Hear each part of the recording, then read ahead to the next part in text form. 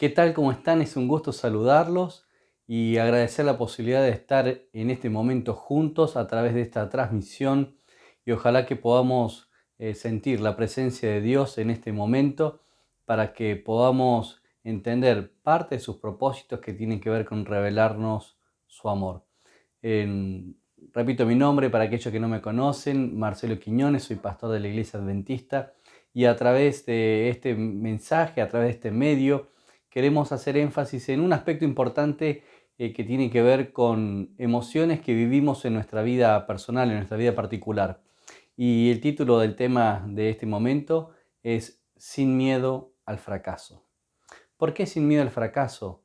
Tal vez porque muchas veces vivimos con esa sensación de perder, con esa sensación de que nos vaya mal, con esa sensación que no queremos vivir, que es sufrir por causa del fracaso. Y cuando hablo de fracaso, seguramente sabes de qué estoy hablando. Sabes en carne propia de qué se trata.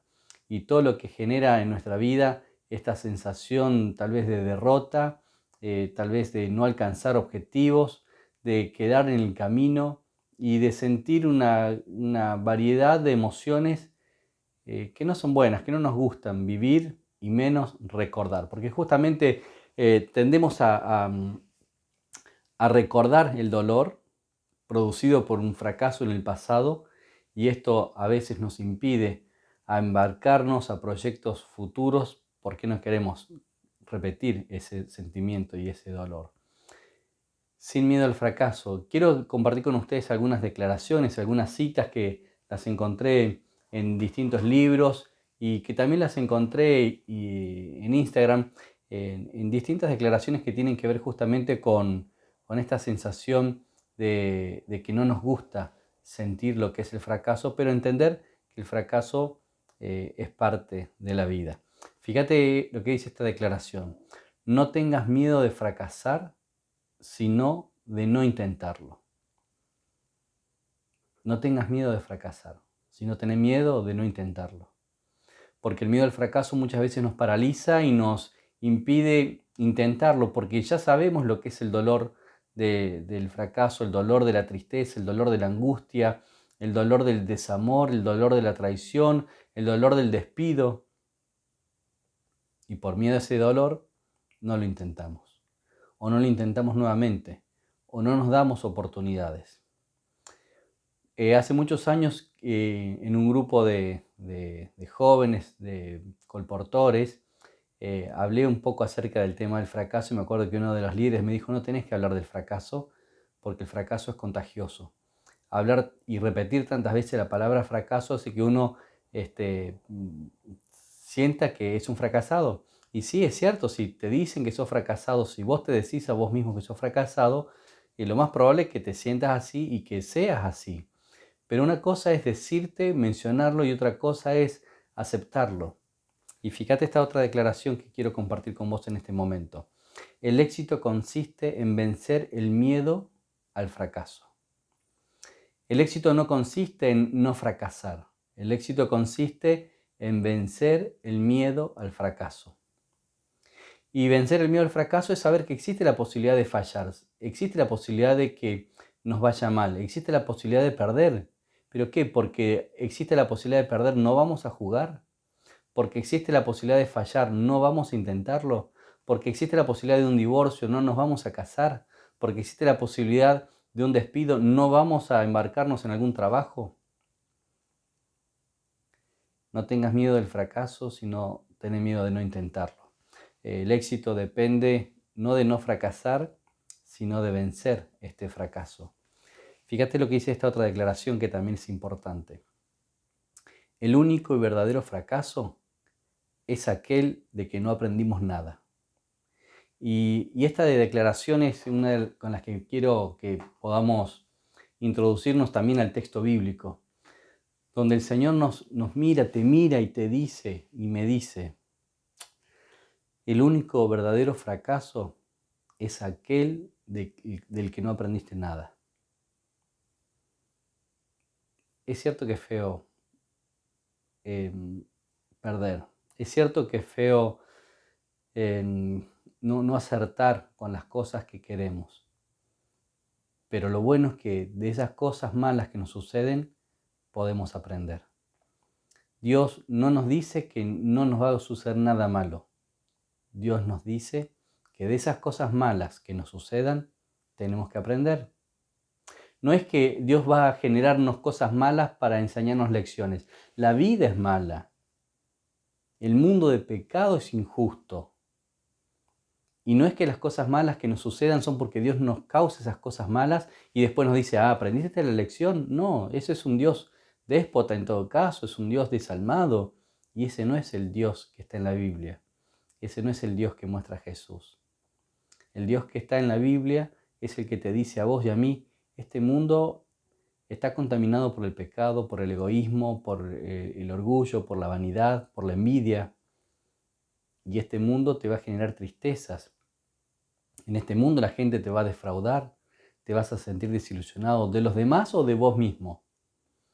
Pero el tema no es cómo te sentís, sino qué aprendiste de la experiencia triste que te tocó vivir.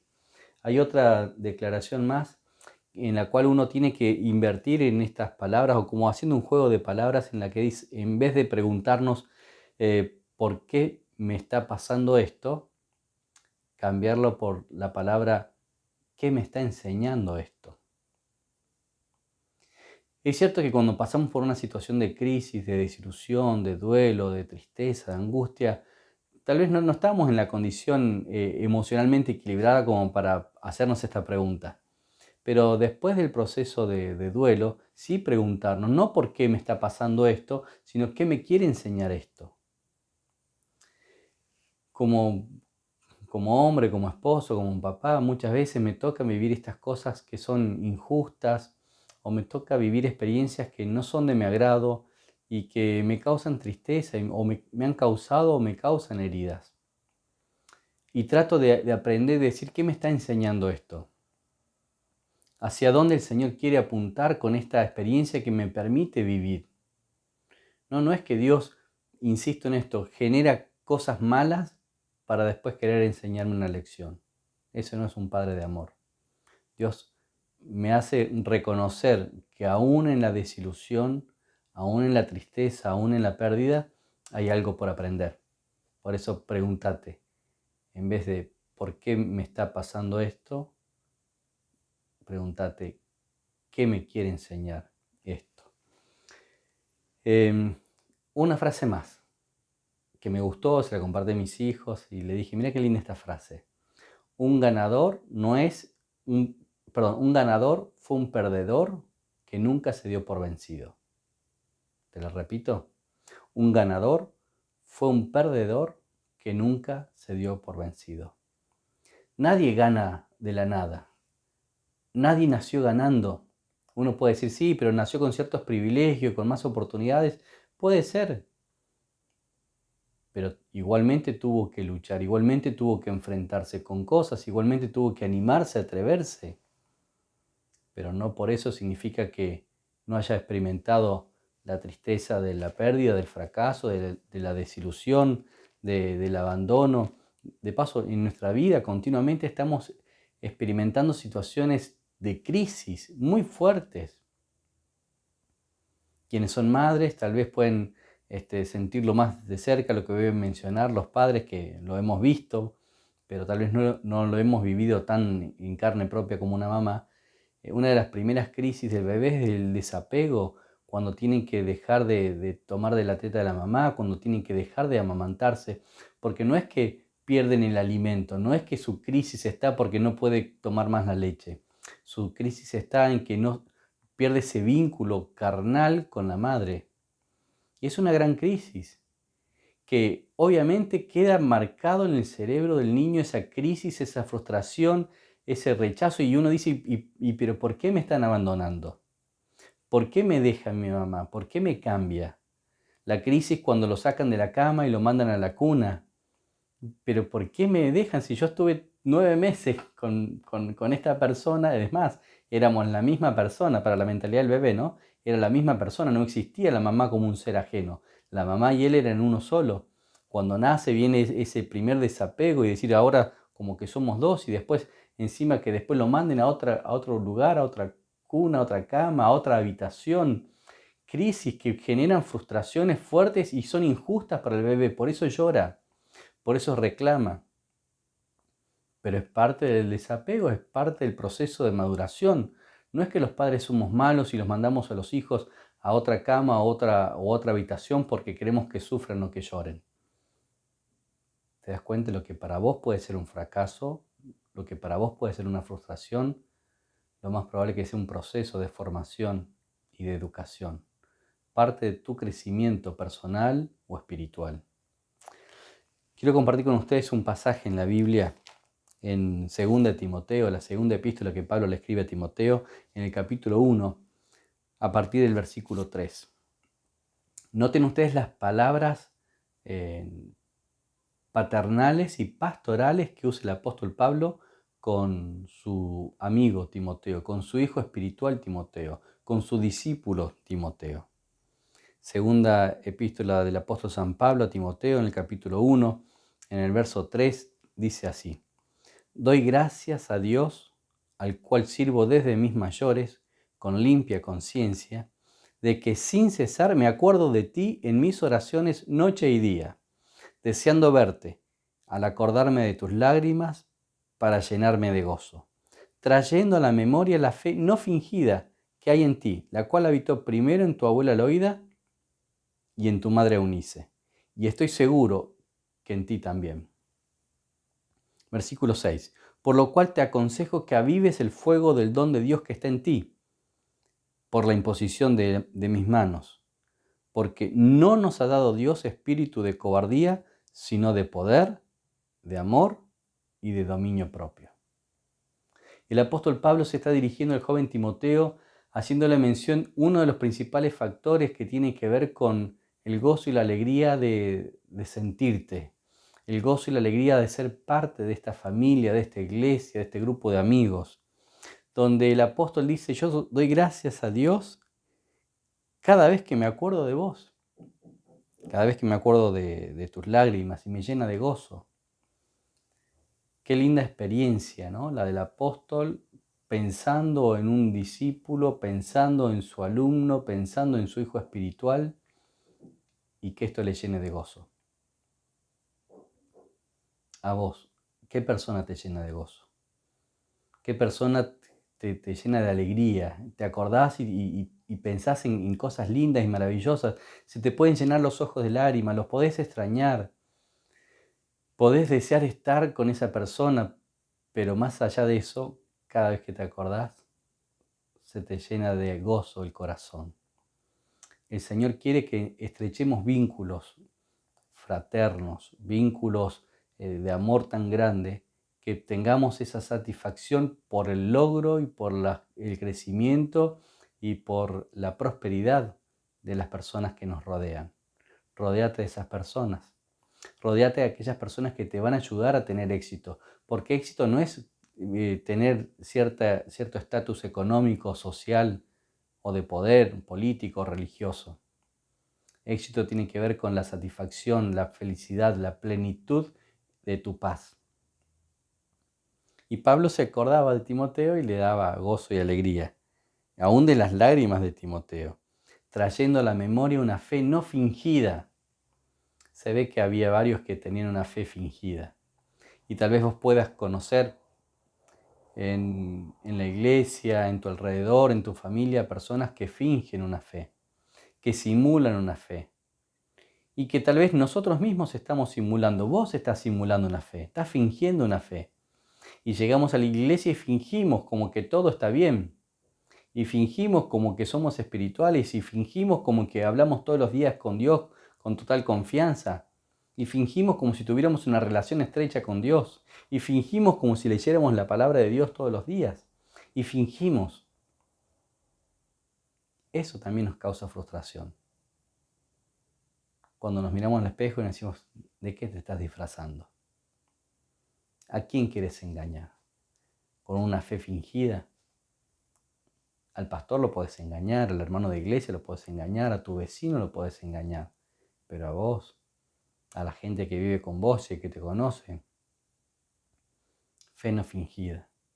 porque cada vez que nosotros nos damos cuenta de nuestra hipocresía espiritual, nos sentimos fracasados. Y tal vez por ese mismo fracaso o esta misma sensación de fracaso, nos apartamos de la fe. Y algunos dicen, pastor, yo no soy hipócrita, como otros que van a la iglesia fingiendo su fe.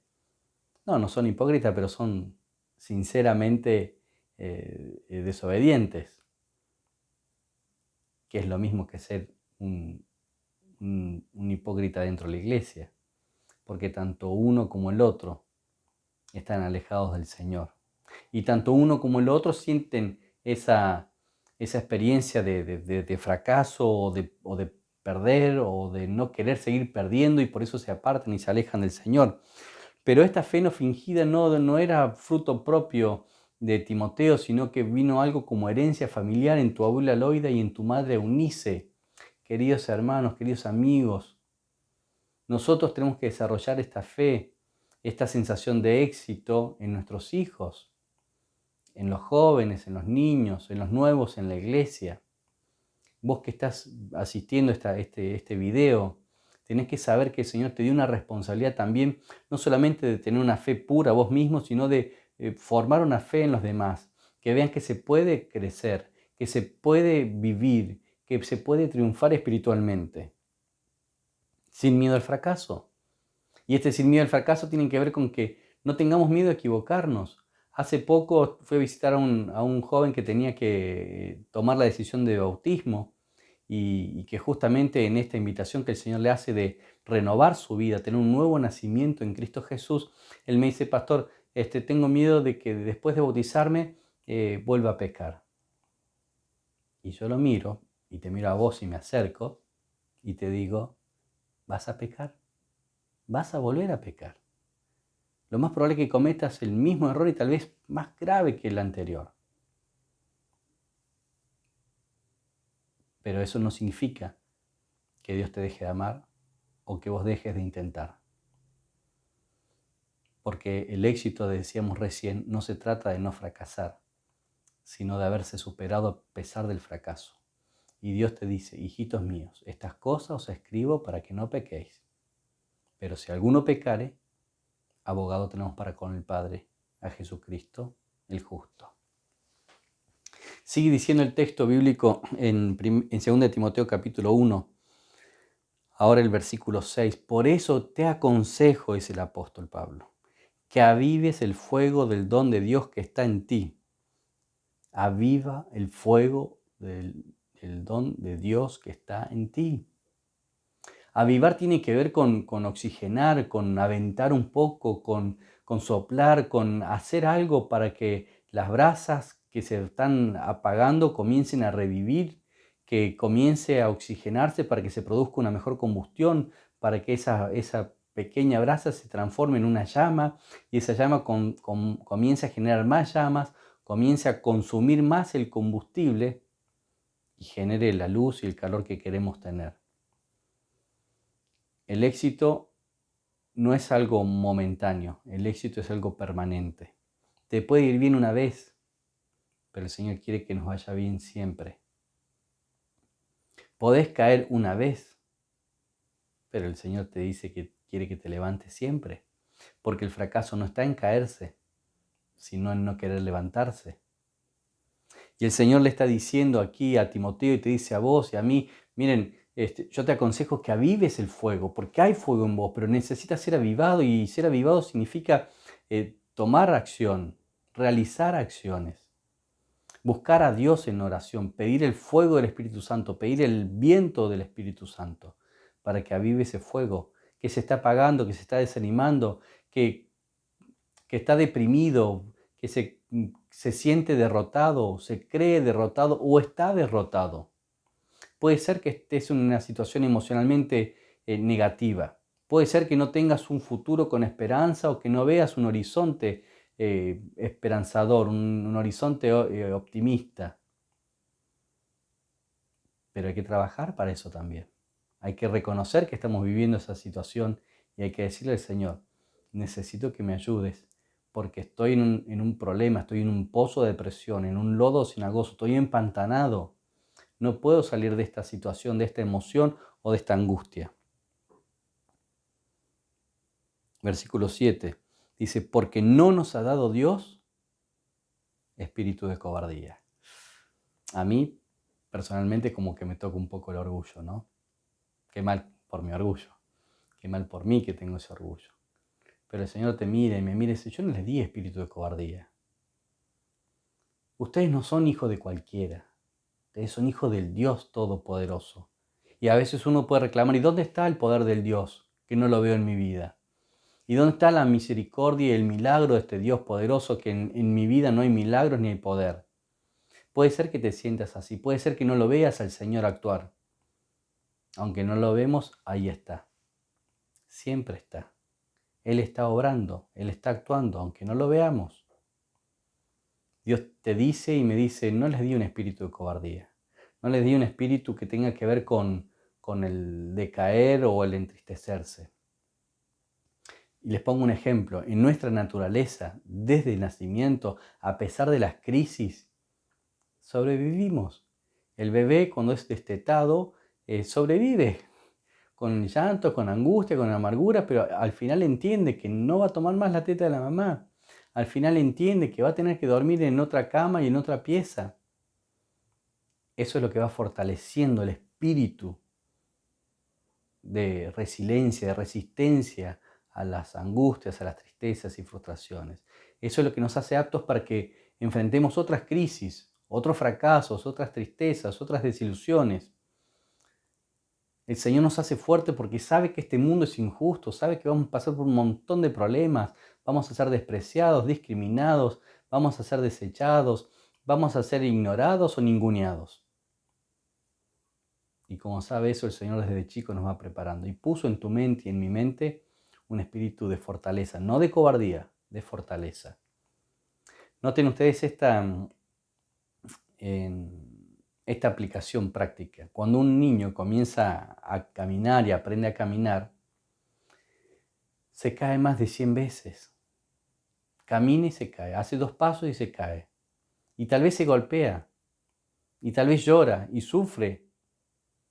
Pero el niño, el bebé, no tiene miedo al fracaso, no le tiene miedo a ese dolor. No se queda aferrado a la mesa, a la pata de la mesa, al andador, al cochecito o a la madre. Insiste en seguir caminando. Quiere seguir caminando. Se cae, pero se levanta. Llora y se consuela y lo intenta una vez más. No le tiene miedo al fracaso.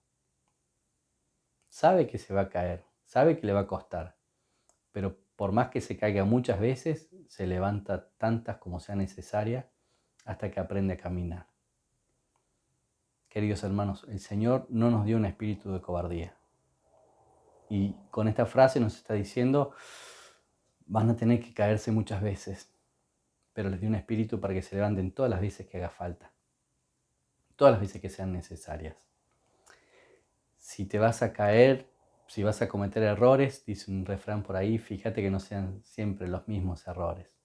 No tropieces siempre con la misma piedra, no cometas siempre los mismos errores. Seamos un poco más sabios, seamos como niños. Tengamos el valor, el coraje de levantarnos y seguir, pero aprender que tal vez ese paso tiene que ser más firme, tal vez el paso tiene que ser más corto, tal vez el paso no tiene que ser tan abierto, tal vez tengo que acompañar con los brazos, tal vez tengo que mover de otra forma la cadera. No me puedo caer siempre de la misma forma y por las mismas cosas. Pero repito, si alguno pecare, abogado tenemos para con el Padre a Jesucristo el justo. Sigo leyendo otra parte del pasaje de 2 Timoteo capítulo 1, ahora el verso 7, la última parte, dice, no les di yo un espíritu de cobardía, sino de poder, de amor y de dominio propio. Cuando el Señor da estas 3 cualidades y características, no significa que Dios no nos hizo cobardes y nos hizo unos locos de la guerra, que no le tenemos miedo a nada y salimos así en forma desbocada. Quien no tiene miedo a nada es un peligro para el mundo, porque el miedo justamente nos ayuda a ser prudentes. El pánico nos paraliza, el miedo nos ayuda a ser prudentes. El miedo al fracaso nos ayuda a ser más cuidadosos para no fracasar. Pero el temor al fracaso, el pánico al fracaso nos paraliza y no nos anima a avanzar o a tomar decisiones o buscar otras oportunidades. No le tengas miedo al fracaso porque el fracaso es parte de la vida. Te va a pasar, pero por eso no significa que no lo sigas intentando o apuestes por el amor, por la amistad, por la vida, por el trabajo, por la justicia, por la misericordia. El Señor dice, te di un espíritu de amor, un espíritu de poder, en primer lugar, de poder. Un espíritu que tiene capacidad, que tiene fuerza, que tiene energía, que se levanta, que insiste, que persiste. Pero una segunda característica equilibra un poco esta fuerza que tiene que ver con el amor. Porque si no tuviéramos amor seríamos unas personas que prepotentemente queremos avanzar en la vida o caprichosamente queremos insistir. No, date cuenta, si no va, no va. Si se tiene que ir, que se vaya. Si tiene que suceder, que suceda. Pero no caprichosamente, sino por amor. El amor todo lo sufre, todo lo espera, todo lo soporta. El amor nunca deja de ser. Entonces, ese momento especial de valentía, con toda la fuerza que tenemos, tiene que ser equilibrada por el amor. Y por si esto fuera poco, sigue diciendo el Señor, y también de dominio propio. No se trata de amar en forma desmedida, que este amor en forma desmedida es no saber amar en realidad, es no tener un dominio propio, no saber que hay gente que hasta cierto punto uno puede entregarse y ya está, si no te valoran, si no te cuidan, si no te respetan, y tenés que entender que tal vez no es el lugar, no es el momento, no es la persona. Dios está interesado en tu vida emocional, en tu vida espiritual, en tu vida económica, en tu vida familiar. Dios quiere de una buena vez que puedas avanzar con una sensación de éxito, sin miedo al fracaso. Y si fracasas, te levantás. Y si perdes, te recuperás. Y si te hieren, pues te pondrás un vendaje y buscarás la misericordia del Señor. Pero nunca, nunca un mar en calma hizo experto un marinero. Nunca. Ninguna persona exitosa fue exitosa sin antes sentir el sabor amargo de la derrota o de la pérdida. La felicidad es tuya. Si tu felicidad depende de otros, entonces no es tuya. No le tengas miedo a darle al Señor oportunidades. No le tengas miedo a la vida, al trabajo, a las amistades, al estudio, al emprendimiento. No le tengas miedo porque vayas a fracasar. Tenedle miedo en todo caso si avanzás sin el Señor. Si avanzás sin el cuidado de nuestro gran Dios y Salvador. Tal vez menciona un par de versículos que tienen que ver con que el éxito no solamente tiene que ver con lo que va a suceder mañana, sino que el éxito depende con lo que hacemos hoy en día. Así que no nos afanemos por el día de mañana. Basta cada día su propio afán. Preocupémonos por hoy. No nos afanemos por la cosecha. Pensemos en la siembra. Pensemos en el hoy. Y lo demás va a venir por añadidura, va a venir como consecuencia. Quiero que te animes a avanzar por fe, creyendo en Dios, no una fe ciega, no existe la fe ciega. La fe es la confianza en aquel en quien hemos aprendido a conocer, a creer, a amar y respetar. Esa fe es la que yo te animo a que puedas vivir, que te puedas aferrar para avanzar sin miedo al fracaso. Hay muchos ejemplos en la Biblia, muchos ejemplos en el mundo de personas que no le tuvieron miedo al fracaso porque sabían a dónde querían ir. El bebé no le tenía miedo a las caídas porque sabía que algún día iba a caminar y tenía que insistir hasta caminar. Y lo logró. Y esa sensación de satisfacción, de independencia, de caminar solo, de desplazarse solo por la casa, supera a toda la tristeza, de la frustración, de las caídas, de los golpes y del fracaso. No le tengas miedo a fracasar. Tenle miedo a no levantarte. Avanza con fe. Dios te va a guiar, Dios te va a acompañar. Él nos quiere ayudar, Él está interesado en nuestra vida personal. Y Él quiere, por su gracia, por su amor y por su bondad, ayudarnos a caminar en este mundo de injusticia y a sentir el gozo y la alegría de la prosperidad, de la bendición, del éxito.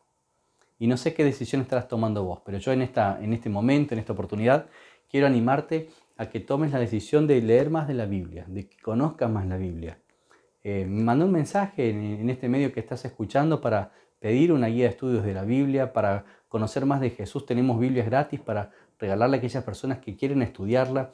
Queremos animarte a que tomes la decisión de entregar tu vida a Jesús sin miedo, que estés dispuesto a entregarle de tal forma que quieras nacer de vuelta a través del bautismo, sin miedo al prejuicio, sin miedo a lo que dirán los demás, que te animes a formar parte de una fe, de una familia espiritual, para que vivas una fe no fingida y para que podamos a través de nuestra fe crear nuevas generaciones que sean tan firmes, tan leales como la brújula al polo. Que Dios te guíe, te bendiga y te ayude en tu decisión. Comunícate con nosotros, mándanos tu respuesta, tu reacción, mándanos tu decisión, queremos acompañarte. Dale, ¿te animás? ¿Tomás esta decisión? Amén. Voy a orar, ¿te parece? Hablemos con Dios.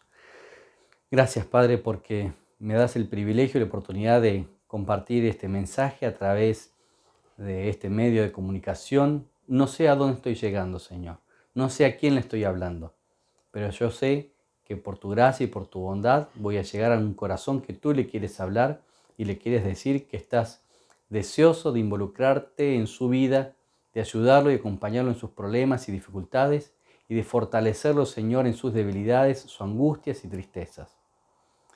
Te pedimos, Señor, que en este momento nos ayudes a enfrentar los problemas, los fracasos que estamos viviendo o los que nos atemorizan a no tomar decisiones. Pero en este momento, en el nombre del Señor Jesús, con el poder que tú nos diste, con el amor y el dominio propio que nos otorgaste, queremos tomar decisiones para vida eterna. Y decisiones que nos ayuden a tener paz y felicidad en estos momentos de angustia, de tristeza, de incertidumbre y de muchas cosas negativas que nos pueden estar pasando. Confiamos en tu amor. Ayúdanos a confiar más en ti. Permítenos conocer más de tu palabra y ser guiados a decisiones eternas. Pedimos tu favor, tu bendición y lo hacemos en el nombre de Jesús. Amén, Padre. Amén. Muy bien, muchas gracias por permitirme compartir este momento. Que Dios los bendiga y vayamos adelante con los ojos puestos en Jesús, que es el autor y consumador de nuestra fe. Que Dios los bendiga.